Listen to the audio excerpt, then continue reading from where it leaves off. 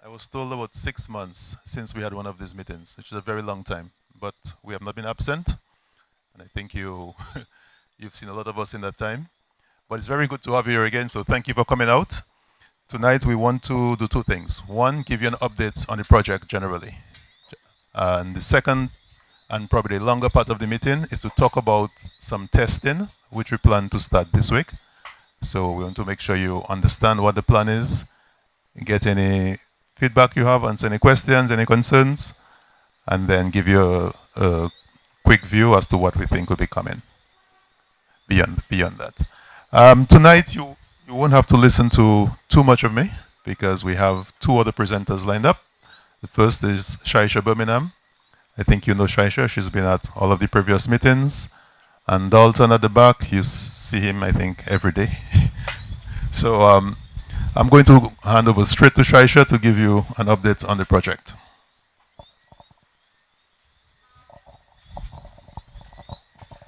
Hi, good evening. As I said, I'm Shaisha. I'm the team lead at DGDC, and I'm going to give you run through the project updates. Okay, so basically, I'm going to do it in three parts. We have some project developments, ongoing activities, and then upcoming activities. So, next slide.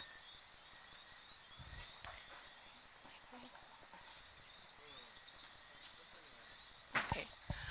So here is a map of the project area. So as you can see, we have the two well pads, the reinjection and the production. And to these well pads, we have two access roads. This one here, which is just above us, and then this one leading just by Cafe Moplezi. Project development in terms of civil works and drilling. So we have completed the two access roads that I showed you previously. Also the two well pads for the reinjection and the production and the water supply for the drilling. We also completed the production well in December of last year, and the injection well is still being drilled. So if you look at this photo, this is the production well pad with the drilling rig on it. This is not what it looks like now. And this here is the reinjection well pad, also with the drill rig on it. Now, if you look at these two well pads, you can see that they look very different from each other. And that is because the reinjection well pad has 4 levels instead of one flat pad like the production. And that was because when they went in, they found that this the conditions, the soil conditions, were not conducive to building a flat pad. So this was redesigned in this way to offer stability from the drilling rig. We had about 50,000 cubic meters of soil removed from that pad. Tarish was brought in, also these stones, and that was what was responsible for all the trucks that were moving in the community during this time. Okay, on to another important part of the project is the transmission network. So this picture on your left is actually what the transmission network would look like in Laudat. So you can see there are three main lines. So one will go from the Laudat hydroelectric station to the power plant right here. The next one we see is this yellow line. This is a 33 kV underground line that runs from the power plant to the edge of the cliff at Trafalgar.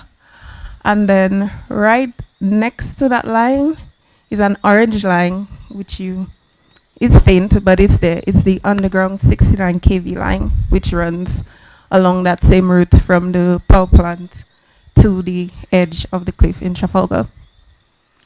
And so this is a more bigger overview of the transmission network on the right here. So this here is from the power plant in Laudat to Fonkole, right here. And this yellow is the 33 kV line. It will start from the power plant, go to the substation in Trafalgar and Padu, and end at Fonkole.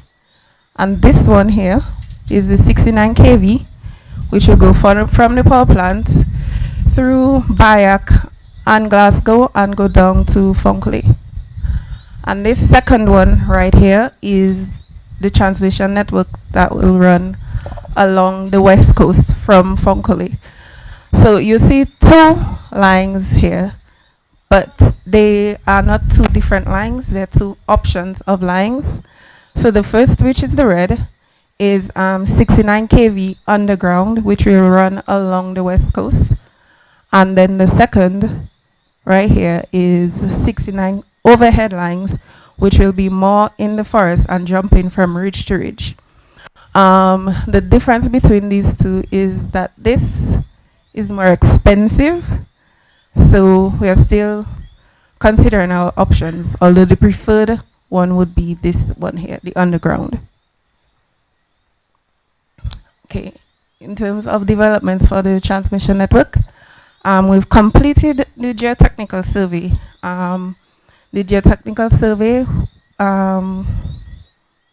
sees the soil conditions on the ground, and this will, of course, be put into the tender documents. You may have saw some holes dug in the community. It was for that. Then we have the design documents were drafted. The design documents are actually the documents which outline the whole design for the route, the lines, and the substations. Currently ongoing is the environmental and social impact assessment, and part of that was some community consultations that were held in 6 communities: Trafalgar, Fonkole, Maho, Layu, Collyho, and Portsmouth. And right now we are focusing on preparing the tender documents for the Laudat to Fonkole part of the transmission network. Okay, and continuing activities. So we have the drilling of the reinjection is still ongoing by Iceland Drilling Company. We're expected to complete that in about mid-April, and we're currently at a depth of 750 meters, and we're hoping to reach about 1,500 meters. Then, in line with that, we have disposal of cuttings at the landfill by H Engineering. That's the cuttings that come up from the drilling. It is also doing some site fencing and other restoration works. And of course, the transmission network route impact assessment, which will involve limited land acquisition, as most of the lands that we're going to use for the transmission network in the Roseau Valley are lands that we've already acquired for the project. So the only lands which we may need to acquire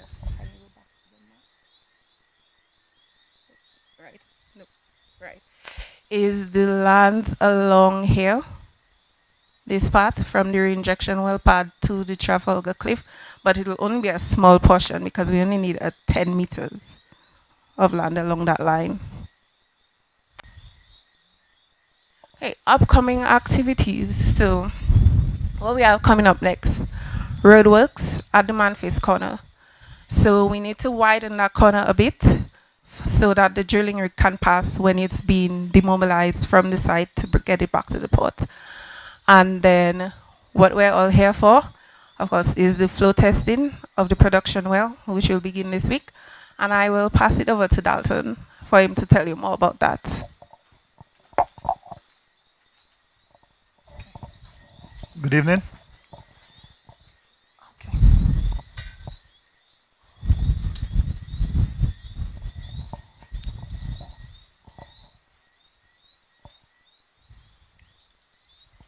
Okay, good evening again, Dalton.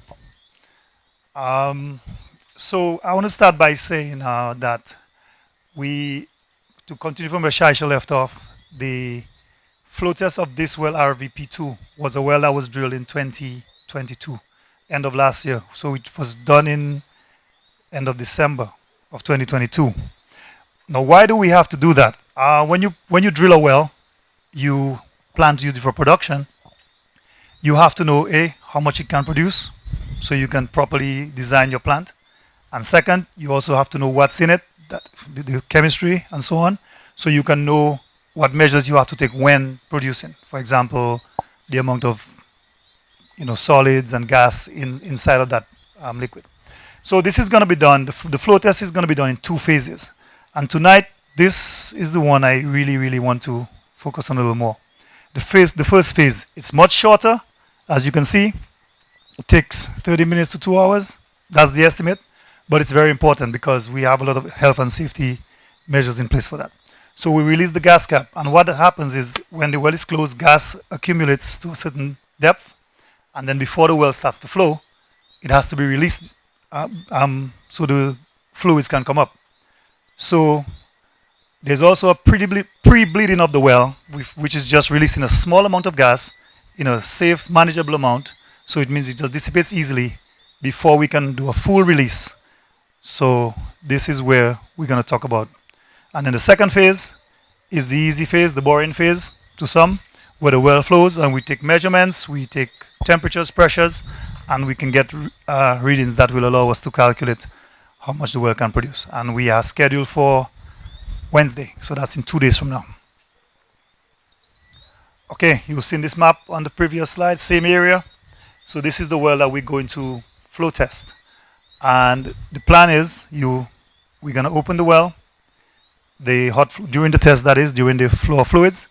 You're going to flow through this red line here into this well pad, which is WW03, and then we pump down to that well.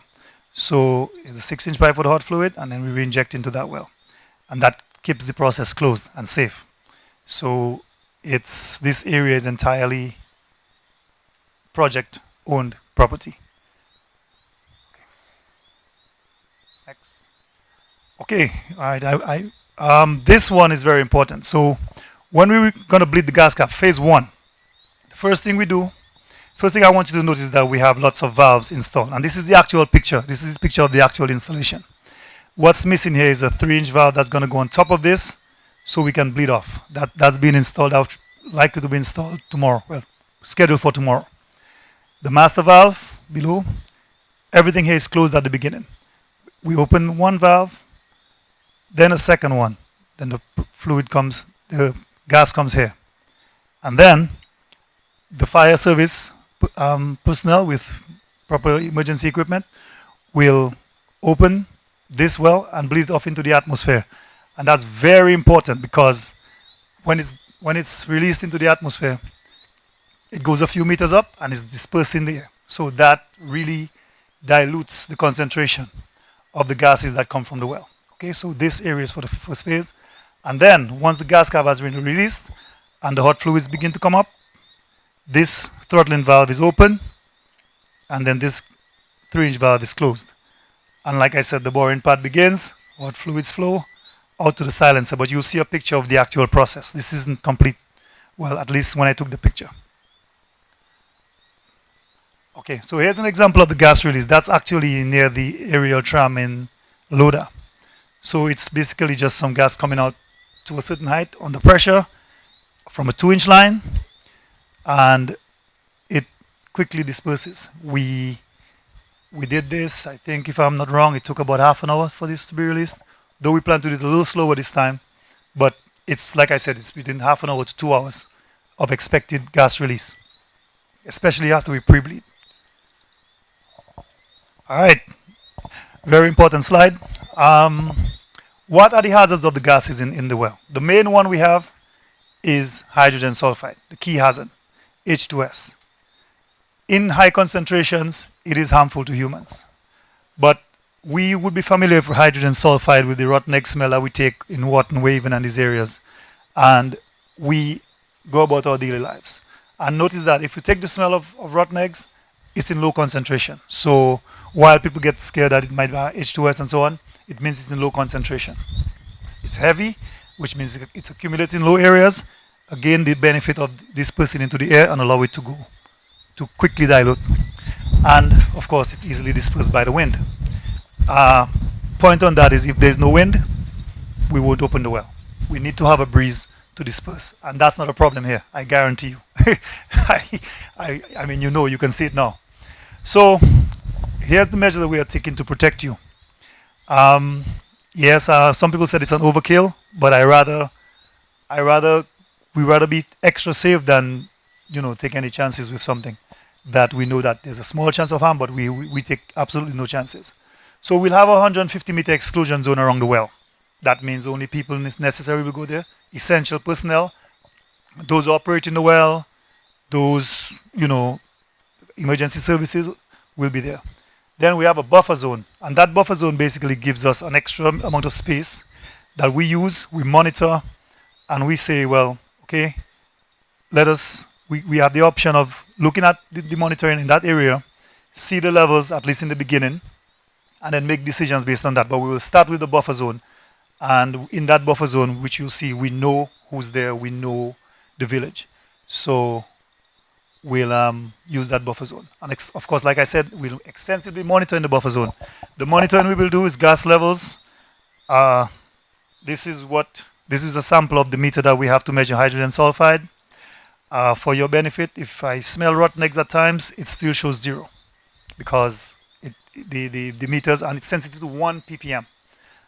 Parts per million, sorry, which means that even at low levels, the human nose can detect the gas, but it's entirely safe. Okay, so like I said, emergency services, and we do have an evacuation route which our safeguards officer has finalized and will share with the community. Okay, so like I said, we'll only open if there's wind, to be sure. Okay, the buffer zone which I was speaking of. So this is the well. This exclusion zone of 150-meter radius is important to note because we have identified a few landowners who we will contact directly, and also we have 3 households within that buffer zone, and we will definitely contact them directly to have them know what's going on and to discuss the best options with them. Okay. T2 is also a monitoring location for obvious reasons, public area. Though we will cordon off this area, we know that a public area is for a short time during the gas cap release only, and we try to do that at a time of day that will be at minimum inconvenience to the public. So we work with you here on things like the times and lengths and monitoring, of course. So once we see that we detect levels that are manageable in the zone, then we can make decisions based on that. But we are planning to at least safeguard the people here within that zone. And the prevailing wind direction, like we said, it's easily dispersed by the wind. So the likely direction once we open this is that the gases are going to move, and this is also downhill. So the gases are going to move this way. Concentrations down here are going to be low, we expect it. But again, you can never be too safe. Okay. All right, so like I said, those in the buffer zone, if they're not here, we'll directly talk to them. This is an idea of emergency response. We already had a site meeting with them, so they are aware of locations, hazards, and expected gathering areas for their teams.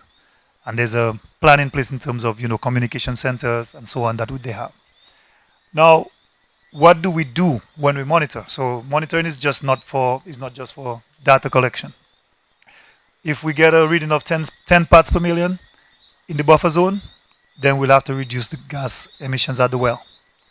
And that would just mean it would take a longer time to be released, but it would still mean that the community is safe. 10 parts per million, for your information, is something that you can be exposed to for an extended time, although it's not recommended for too long. But for example, 5 parts per million, you can work 8 hours.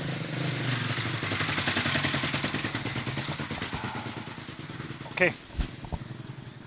So this is our trigger, and this is where we will take action at that level of monitoring.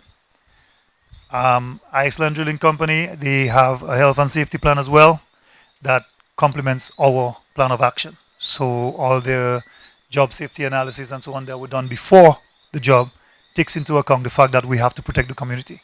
So protection and precautions start on the site itself. Then we extend it to the community, of course. Okay. This is what it will look like. This is the flow test from 2019. And you can see this is just the steam. So what happens when, remember, when the gas cap has been bled off, this valve is closed, and then the hot fluid, the brine and the two-phase fluid goes into this pipe, and the silencer, it separates, it flashes here, steam goes out here, and then the brine goes into the mud pit. And this brine will be re-injected back into WWO3. So you're just gonna see a steam plume. Has some gases like carbon dioxide is the main component. We know that because we tested the wells before. We found that this was the most common. There's some hydrogen sulfide in background levels that will quickly dissipate. My recollection from the last test, I was here, and sometimes the wind would take the steam to you, and I would be entirely covered by steam, and the H2S meters would read, 3-4 parts per million right next to the separator, like inside of that area. So 100 meters away from the well, it will not be detectable. So again, like I said, because of that reason, no hazard to the community will be placed. Obviously, there will be site hazards like heat and hot pipes, hot fluids, but it's in the project area, so we don't have to worry about this. We'll also monitor levels of noise, and not just monitor by using our meters, but get feedback from the community as to how they are affected. So no gas release during that operation in terms of, minimum gas. Let's go. I think I'm open for questions now. Any concerns, questions, comments? How long will this go on for? 4 weeks. I mentioned this, no. 4 weeks, yeah. Oh, sorry, well, it's the 5th of April. No. Early morning, about 6 a.m. Wednesday the 5th at 6 a.m. That's the schedule time. No, we start at 6 a.m. on Wednesday and it's continuous. So the well is gonna, the 30-minute. Oh, okay, yes, Alan, slim back to the phase. I think that's about the second or third slide. Yes. Phase 1, where we release the gas cap, is where we take all the health and safety precautions in terms of the community. So this is what will happen in the beginning. At 6 a.m., we look to open the well. The gas will come out. And once that takes about, like I said, 30 minutes to 2 hours, is an estimate that we have based on experience. Then after this, once it starts to flow, it's going to be continuous. So the well will keep flowing. I'm not sure if you have been around for the last test. It just flowed for the duration of the test. It's just the steam. You may see it depends on the temperature and the humidity. You'll see the steam plume will go high at different times. And phase 2, of course, that's the steam. It just flows, now we re-inject. It's going to be a quiet process in terms of, like I said, the boring part, where the people just take measurements, re-inject, and continue flowing the well until we are satisfied with the readings and the measurements that we have taken.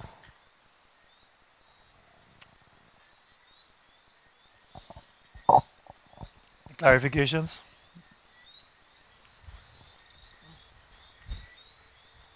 Concerns?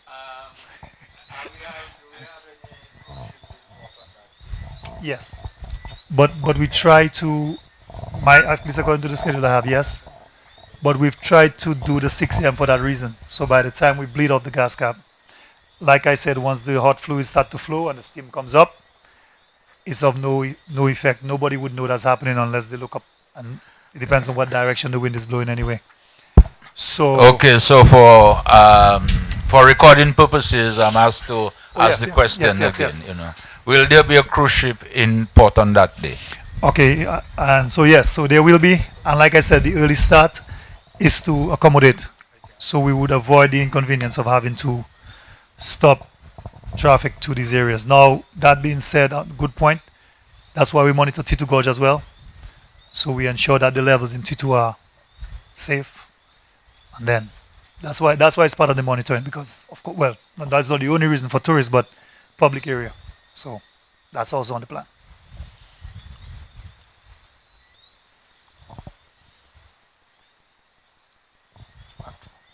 You'll answer the rest of them. Yeah.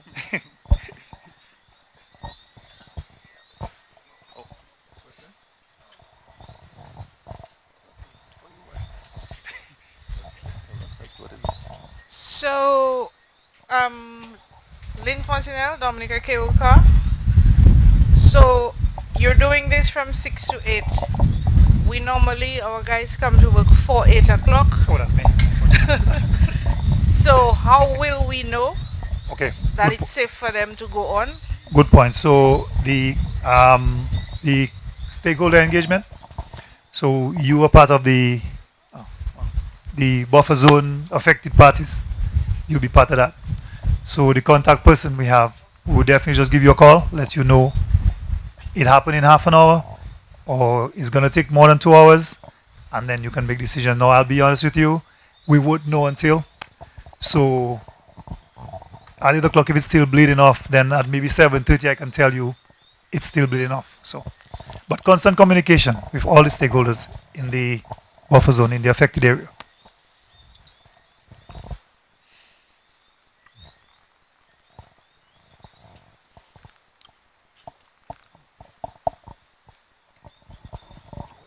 Okay. We have Ace Engineering, we have IDC, we have Coreserve. Any of you wishes to say anything? I know you've been here for quite a while in the community.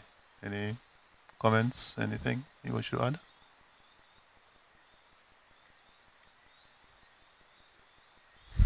No? Okay, well, we have very few questions tonight, and I take that to mean that Dalton and Shaisha have done a very good job of explaining this. You do have a question, sir? Yes. In case of an emergency, you haven't told us about the. Yeah. Oh, I have to talk through that. I didn't know that. Sorry. Excuse me. In case of an emergency, what's the evacuation route? Okay, so I will answer that one. Mandela Christian, Safeguards Officer. So yes, we have a plan in place for the likelihood, well, if there is an emergency. As Dalton mentioned, we have the monitors who are going to be stationed in strategic locations with the meters. In case there is cause for alarm, they will be outfitted with radios, communication, so they can communicate to a command center that is comprised of persons from the Red Cross, the fire and ambulance service, police, public health. So we actually did a walkthrough today, so they are aware of what's going on. So in the event that anything escalates, even the Office of Disaster Management, that they have their teams on standby. They will have people there. Red Cross will have the ambulance station there, just as a precautionary measure. So in case of anything, then they can quickly move and mobilize their response system. Also, we have an evacuation route that's outside of the buffer zone, and signs will be mounted. I'll explain it shortly. Signs will be mounted along the route. From tomorrow morning, they'll go up. You'll see evacuation signs with arrows directing you to the safety zone that will be at the playing field at the entrance to the community. You know that area, right? Just checking. So that's where the muster zone or the safe zone will be, and the evacuation signs will go along the route, basically starting from the hydro plant, going along with arrows showing you there. And as an extra precautionary measure, we'll have some along this route going up there as well. So we also will install sirens. Let me just say install yet, but we have to either be on a vehicle or on probably one Migo stationary. We will just finalize that tomorrow, most likely in the Mount Pleasant area. So once you hear that siren, it will be like a regular siren you hear on the emergency vehicles, in the police ambulance vehicles. If you hear that sound, that means, okay, you need to evacuate. and follow the route. So persons will be asked to leave their homes, follow the route, and go to the muster point. And all this is just really us being extra cautious, just in the event. As you know, we plan for the worst, but we hope for the best. And all these are just extra measures we are taking to ensure that the community is safe. And the emergency personnel will be there for that entire period, the phase one that Dalton mentioned, which is really the phase of concern, because once the well starts flowing, the threat, we believe, to the community would have sort of subsided. So they will be actually in the community for that period, at a command center, just monitoring, ensuring that everything goes according to plan. Thank you. And when phase one is over, we will spread the word around that, and we'll remove the evacuation signs so that you're aware that phase one is over. You can return to your lives, your normal activities. Okay? Great. Thank you. Ma'am, 1 second, ma'am. He's going to give you a mic so we can record the question. Thank you. What's the distance in miles for the evacuation? Say 3 miles from the well, or what is it? No, ma'am. It is. I'm trying to find the right slide. Can you go back to the slide with the village, the bigger village picture? Yes. I'm asking a question because some people have the problem. Some people have the problem they can't smell, so they wouldn't know what's happening. So okay, they now have to know how to keep themselves safe. Okay. Well, first of all, we're not depending on people detecting a problem. We'll be out in force with our monitors, so we will know there's a problem before you do. And that's why I said how far. Right. So the muster point is the playing field, so it's not a matter of miles at all. With this gas, this hazard we're discussing, the problem is, or the behavior of that gas, it drops to the ground quickly. Okay? And it's downwind. So we've chosen a spot which is higher up than the danger zone. And it's really 500 meters maybe, based on where you live. So.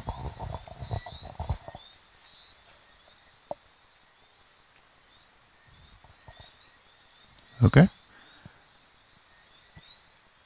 All right, so in terms of if there are no more questions on the flow test, first of all, let's say thank you for that. In terms of the broader project, I want to give you a little visibility into what's coming next. So the civil works are almost over, as Shaisha mentioned. The drilling is almost over. So then we're really just going to be focusing on the power plant and the transmission network. So the community is going to go through a period of relative quiet, at least from this project. Other projects will have excavators and trucks probably, but this project, the community will go through a slightly quiet phase for a few months, because the transmission network is going to be a tender. And the power plant, we are hopefully very close to agreeing with a developer on building the power plant. And the way this works, I want to say the expectation with you now is that we get the agreement in place, and the power plant developer starts building what they call the long lead time items. So the turbines, the generators, those types of equipment. And that happens outside of Dominica. So the next major activity you will see on the ground once we're done with the drilling is going to be building the actual power plant itself. But we don't need to start building that immediately. From what we understand from the developer, they only need about 8 months for the actual construction of the power plant and installation of the equipment. So there'll be a period where they are building the turbines, doing the generators, and you will not see much activity on the ground except for lots of advisors and engineers running around, but no heavy construction for a while. So for those of you who have suffered patiently through the dust, the noise, the traffic, and all of the other fun things over the last few months, you are going to get a break.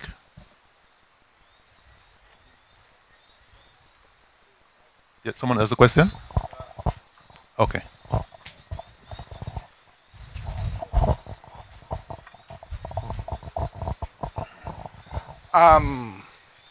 Dalton. Yeah, you. What amount of power is going to be generated from over there? I think it is. Yeah, he's gonna answer. When you tell us with the next question. Okay. We are currently negotiating for 10 megawatt plant, but we also are building in space for an additional 5 megawatts. Okay. But to me, I heard Dalton say about a 63 kilo something main line going down to down there. Yeah. Actually, she mentioned that, but that. And then I'll talk. Yeah, she mentioned that, but that was in connection with the transmission network, and she was referring to the voltage of the lines. Okay. So as you know, those lines that Domlec has are 11,000 volts, but based on the units we're putting in now on the lines in the area, they cannot carry 10 megawatts plus the hydro. So we have to build a new transmission network. So that's what she was referring to. Also, that'll take care of everything. Yes, and the best thing about that, honestly, is that it gives the hydro a backup path as well. Say asking question for you.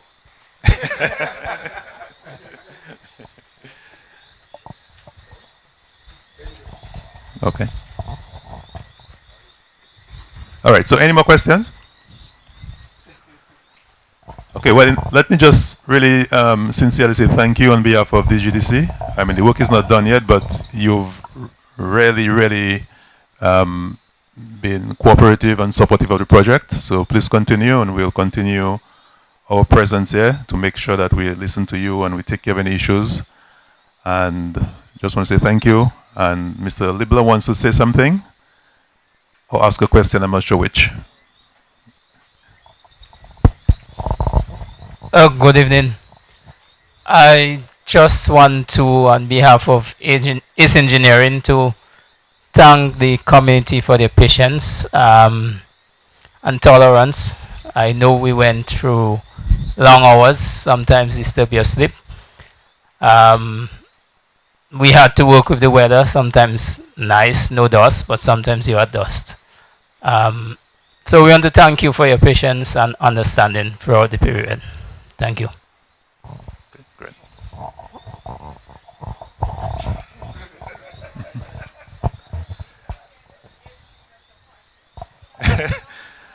Yeah. Okay, I have one last request for you. For those who are not here tonight from the community, please let them know what happened, and we are reachable. So if they have questions, ask them to call Alan, grab Dalton. But what we shared tonight is really important, that everyone understands what's going on in the next 2 or 3 days. So please spread the word for us. Okay, ma'am, you had the last question?